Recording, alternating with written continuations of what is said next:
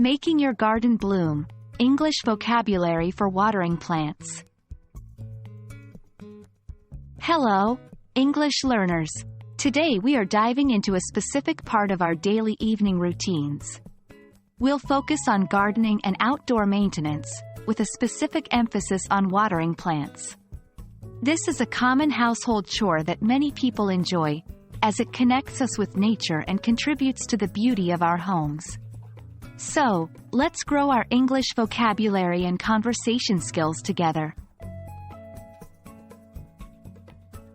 Our first step is to familiarize ourselves with important vocabulary words and phrases associated with watering plants.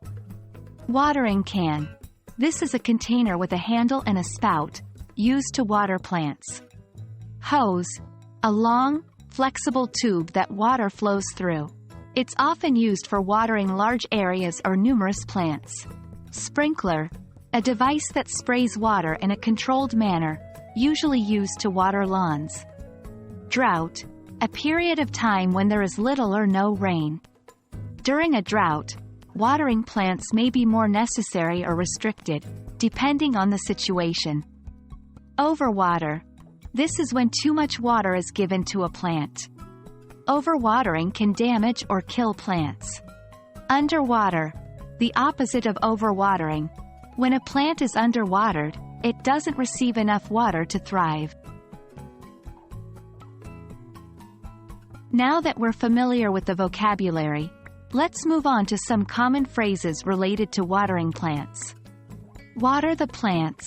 This is the most basic phrase, simply meaning to provide water to the plants. Give the plants a good soak.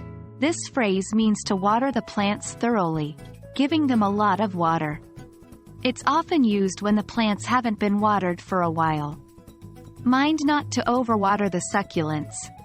This means to be careful not to give too much water to succulents, which are a type of plant that requires less water. The plants could use a drink, a more informal and fun way to say the plants need watering. Next, we will go over some sample dialogues that can help you understand how these words and phrases can be used in conversations. Example 1. Person A. Could you water the plants in the garden for me today? Person B. Sure, I can do that. How often do you usually water them? Example 2. Person A. The flowers look a bit wilted. They could use a drink. Person B. Yes, I noticed that too. I'll give them a good soak. These conversations give us real-life context on how the vocabulary and phrases are used. And there you have it.